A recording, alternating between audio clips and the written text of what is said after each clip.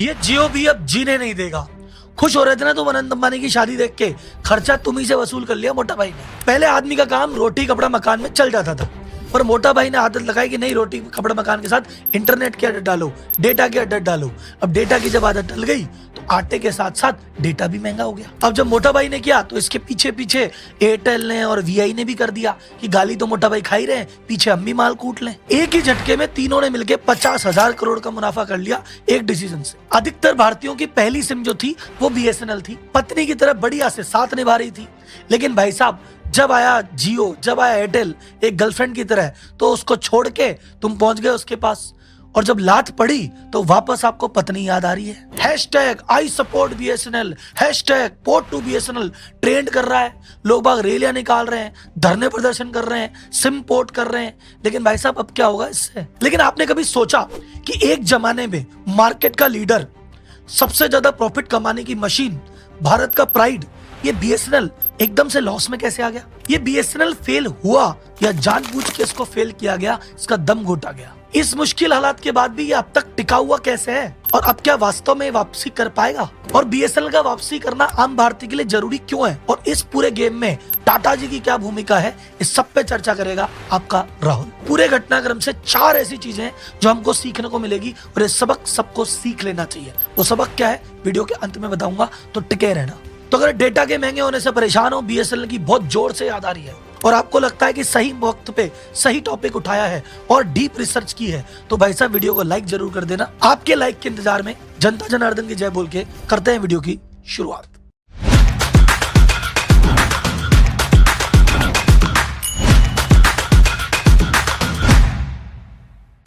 सबसे पहले शुरू करते हैं बीएसएनएल की शुरुआत कैसे हुई। बीएसएनएल की फुल फॉर्म है भारत संचार निगम लिमिटेड। कुछ लोग मजाक में कहते हैं भाई साहब नहीं लगेगा, वो उसकी नहीं है, वो मीम है। इसकी शुरुआत हुई थी अक्टूबर 2000 में। पर्पस सिंपल सा था, देश के कोने कोने तक कनेक्टिविटी पहुंचा दो, आम आदमी आपस में कम्युनिकेशन कर पाए, और भाई साहब ये जो सुविधा है ये सस्ती हो। इस उद्देश्य के साथ बीएसएनएल बाजार में आया, क्योंकि उस समय प्राइवेट कंपनियां पहले ही कम थी, और जो थी वो कहती थी कि भैया हमारा फायदा तो शहर में है, क्योंकि शहर में काम भी आसान है और पैसा भी मोटा है।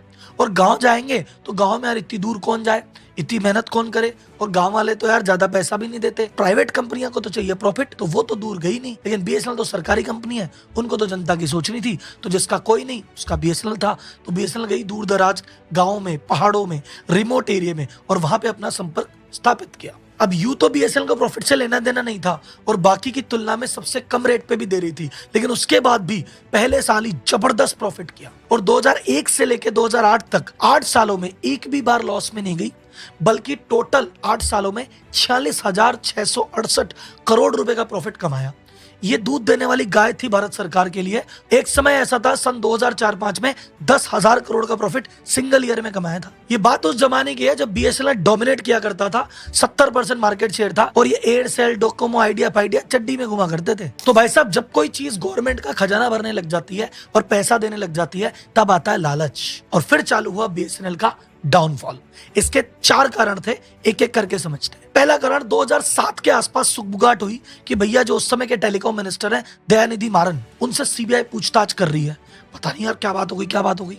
फिर बाद में मीडिया में खबर निकल के आई कि इन्होंने अपने घर पे बीएसएनएल के बड़े बड़े अधिकारियों की मदद से 323 हाई कनेक्शन की लाइनें हैं अपने घर पे डलवा रखी थी।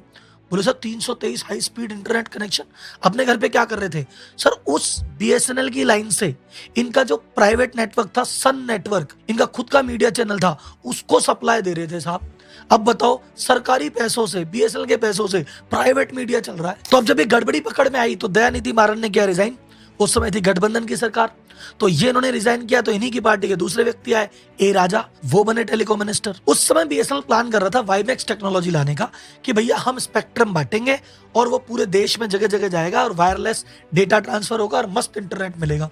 पर उसका जो एक्शन हुआ 2G स्पेक्ट्रम का, उसमें हो गया 2G घोटाला, जो अखबार में आ रहा था ना, 1,76,000 करोड़ का घोटाला। बस उस घोटाले के बाद से बीएसएनएल के उल्टे दिन चालू हो गए और ऐसा लॉस लगा कि वो लॉस हर साल बढ़ता ही रहा और आज तक प्रॉफिट की शक्ल बीएसएनएल ने नहीं देखी है। हालांकि बाद में सुप्रीम कोर्ट ने भाई साहब ए राजा को बरी कर दिया, तो भाई साहब इसको अभी घोटाला कह सकते नहीं कह सकते, या आप मुझे कमेंट बॉक्स में बताओ। अब देखो बीएसएनएल में गड़बड़ियां निकल गई 2 बड़ी बड़ी। एक टेलीकॉम मिनिस्टर भाई साहब घर पे लाइनें ले रहा है, दूसरा टेलीकॉम मिनिस्टर घोटाले कर रहा है। तो अब की बार बीएसएनएल पे आ गई सबकी नजरें, सीबीआई वह सब इन्वॉल्व हो गए कि यार बीएसएनएल में बहुत बड़ी गड़बड़ी चल रही है, ये तो दूध देने वाली गाय है, इस पे चेक करो। तो बड़े बड़े टेंडर छोड़ो, छोटे छोटे जो टेंडर थे ना उस पे भी निगरानी। और ऐसा नहीं कि फालतू की जांच थी, जांच करी तो छोटे छोटे टेंडर में भी गड़बड़ियां निकली। पता चला कि भाई साहब ऐसी ऐसी कंपनियां टेंडर भर रही है जिनके कोई एड्रेस ही नहीं है, नाम पता ही नहीं है, शेल कंपनीज है। नोकिया जैसी कंपनी रिजेक्ट हो रही है और शेल कंपनी सिलेक्ट हो रही है। अब इधर यहाँ पे गड़बड़ी चल रही है और उधर की तरफ एयरटेल अपना एक्सपेंशन करे जा रहा है, वोडाफोन अपना एक्सपेंशन कर रहा है, आइडिया अपना एक्सपेंशन कर रहा है। इनको कोई रोकने वाला ही नहीं, प्राइवेट प्लेयर चल रहे हैं और इधर इसके हाथ पांव बांध दिए गए क्योंकि कुछ नया ऑर्डर लेने जाए बोले इसकी जांच होगी, इसमें गड़बड़ी, ये रद्द। ऐसा ही एक और किस्सा हुआ उस समय प्लान हुआ कि 9,30,000 जीएसएम की लाइनें बिछाई जाएगी और ये इतना बड़ा प्रोजेक्ट था। उस समय इसकी वैल्यू थी $10 बिलियन, यानी आज के भाव में देखा जाए तो 80,000 करोड़ का प्रोजेक्ट। अगर ये प्रोजेक्ट हो जाता तो विश्व के सबसे बड़े प्रोजेक्ट में से एक प्रोजेक्ट होता है। फिर उसमें भी गड़बड़ी, सरकार ने कहा ये बीएसएनएल के नाम पे कुछ भी टेंडर निकलता है उसमें फिर गड़बड़ी, फिर जांच, और दो मंत्री तो हट गए। क्या करें, बोले यार प्रोजेक्ट ही बंद करो, कुछ नहीं कर रहे नया। तो उसमें भाई साहब नया इक्विपमेंट खरीदना ही नहीं, नए टावर लगाने ही नहीं, जो पड़ा है उसको चलने दो। तो इस तरह से उसके हाथ पांव बांध के बीएसएनएल को पटक दिया साइड में और इधर प्राइवेट प्लेयर मनमाने तरीके से आगे बढ़ते रहे। यह था सबसे प्रमुख कारण जिसकी वजह से बीएसएनएल की ग्रोथ एकदम से रुक गई। सेकंड सबसे बड़ी गलती, रूड स्टाफ और इनका अग्रेसिव बिहेवियर। सरकारी कंपनी थी तो बीएसएनएल के कर्मचारियों में घमंड, अरे साहब मार्केट लीडर है, हम करेंगे तो है, हमारे आगे कौन। सपोज मुझे ब्रॉडबैंड का कनेक्शन लेना है, एक प्राइवेट कंपनी को एयरटेल को फोन लगाऊंगा ना, एयरटेल वाला अगले दिन आएगा, कनेक्शन लगाएगा, एक आईडी लेके चला जाएगा। अब मुझे बीएसएनएल का लगाना है, मैं पहले उनके ऊपर जाके एप्लीकेशन दूं, फिर भाई साहब वो आएंगे, देखेंगे, फिर बोलेंगे 7 दिन में लगेगा।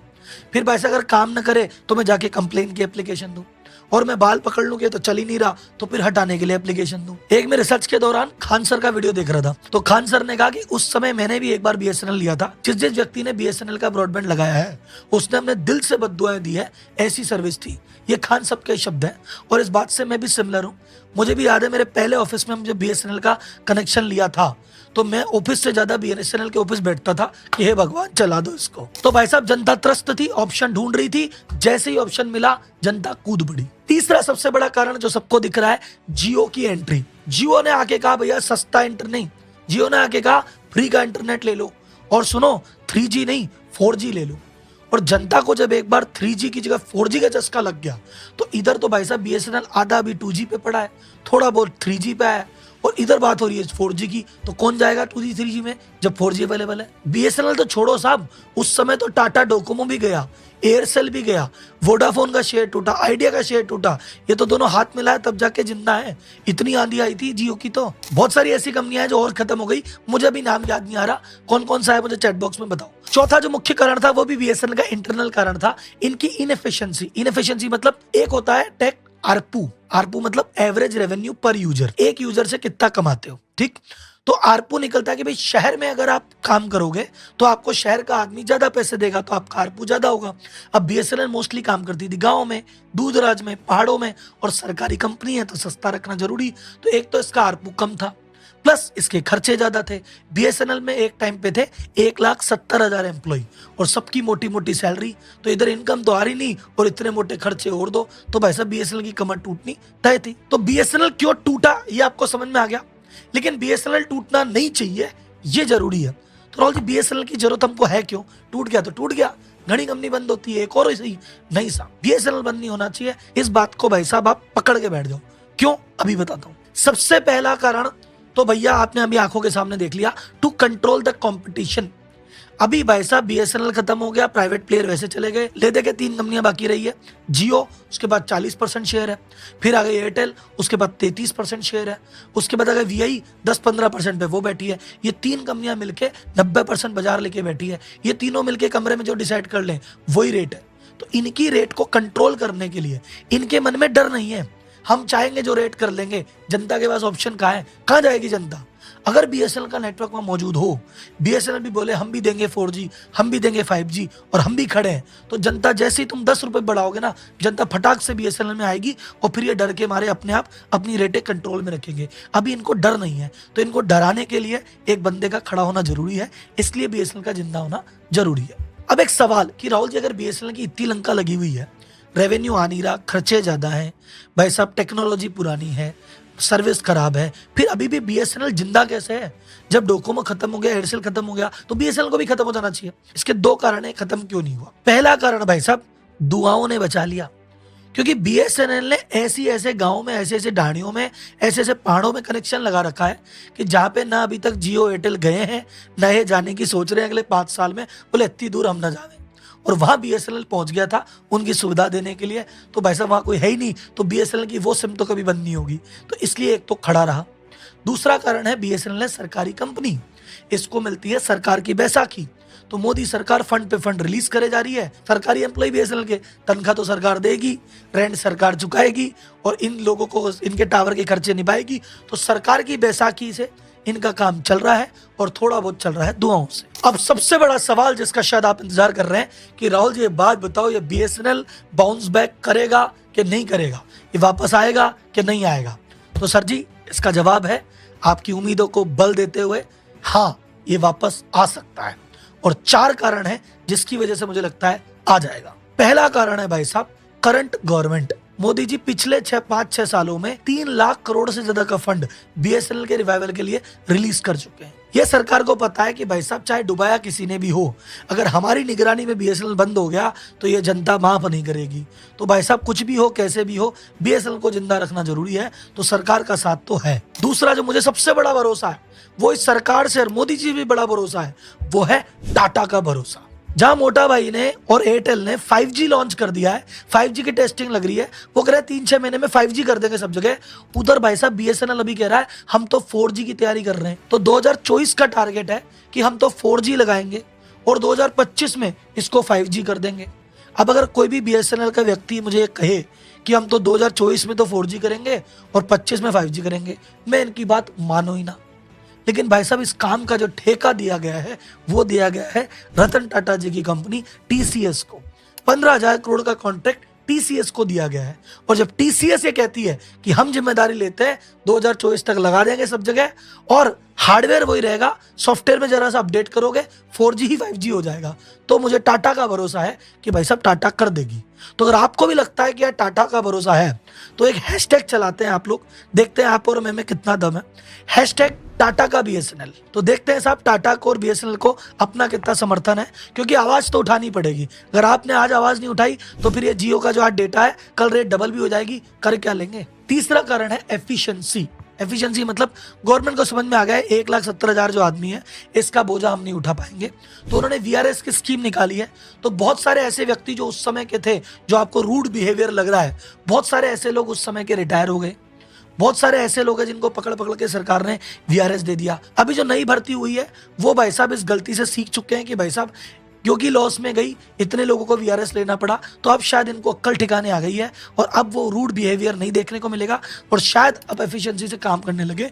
ये मुझे थोड़ी सी उम्मीद है। चौथा जो सबसे इंपॉर्टेंट कारण लग रहा है, जिस चक्कर में मैं वीडियो बना रहा हूं, भाई साहब पब्लिक सपोर्ट में उतर गई है।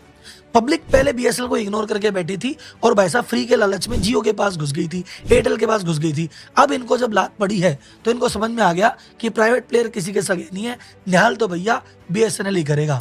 तो एक गुस्सा आ गया है जियो के प्रति, एयरटेल के प्रति। लोग बाग पोर्ट कर रहे हैं, लोग बाग दूर जा रहे हैं, एक मन में खटास सी है। और जैसे पहले बीएसएनएल का ऑप्शन ढूंढ रहे थे कि बीएसएनएल से दुखी है कोई और मिले तो जाए, अब इनका ऑप्शन ढूंढ रहे हैं। तो अगर भाई साहब अब बीएसएनएल मौके पे चौका लगा गया तो एक बार में पूरा मार्केट शेयर खींच ले जाएगा। जैसे भी बीएसएनएल ने एक प्लान लॉन्च किया है 1515 रुपए में साल भर का प्लान। लो बताओ, ऐसा प्लान अवेलेबल ही नहीं है किसी भी कंप्यूटर के पास। अब इसके चक्कर में बहुत सारी पोर्टिंग हो सकती है। तो सर अगर बीएसएनएल रिवाइव कर गया तो फ्यूचर क्या होगा?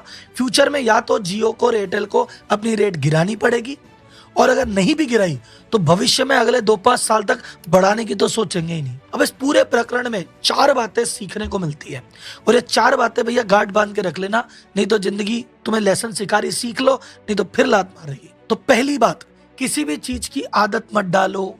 आज तुम्हारा फायदा क्यों उठाया जा रहा है, शोषण क्यों हो रहा है, तुम्हारी आदत पड़ गई, बिना उसके रह नहीं पाओगे, इसीलिए तो हो रहा है। तो आदत पड़ी तो मरे, इसलिए किसी चीज की आदत नहीं डालनी। दूसरी लर्निंग, जिंदगी में कुछ भी फ्री नहीं मिलता। अगर तुम्हें कुछ फ्री दिया जा रहा है तो तुम्हारा आज नहीं तो कल, ऐसे नहीं तो वैसे, कहीं ना कहीं पे भार तो तुम पे आने ही वाला है। तो पहले फ्री की सिम लेके उछल रहे थे, अब सबक मिल गया। तो कोई भी आदमी कुछ सस्ता दे, फ्री में दे, तो ये सोच के मत देखना कि मजे आ गए, वो मजा तुमसे ही वसूला जाएगा। तीसरा, ये चीज अपन को बीएसएनएल से सीखने को मिलती है कि अपग्रेड करोगे तो जिंदा रहोगे। जब दुनिया 2G से 3 पे गई, 3 से 4G पे, 4G से 5G पे, और बीएसएनएल नहीं जा पाया, तभी तो उसकी हालत खराब है। मान लो कितना करप्शन हो रहा है, कितने ही एम्प्लॉई हैं, लेकिन अगर ये साथ के साथ 3G 4G 5G जाता तो भाई साहब बीएसएनएल के इतने बुरे दिन तो नहीं आते, क्योंकि ये बदला नहीं, इसलिए मारा गया। और चौथा, last but not the least, ज्यादा घमंड ठीक नहीं है। ज्यादा घमंड रावण का ही नहीं रहा। तो जियो एयरटेल को लग रहा हम ही मार्केट के बादशाह हैं, चाहे जो कर लें। भाई साहब ये घमंड भी टूटेगा, बीएसएनएल को वापस आने दो। तो भाई साहब वीडियो यहाँ पे होता है खत्म, लेकिन अपना काम खत्म नहीं हुआ है। अभी ट्विटर पे जाना है, हैशटैग टाटा का बीएसएनएल डालना है, अपने विचार डालना है और नंबर 1 इसको ट्रेन कराना है। ठीक है, अगली वीडियो में अगले मुद्दे को लेके फिर आएंगे। तब तक के लिए राम राम भाई, जनता जनार्दन की जय हो।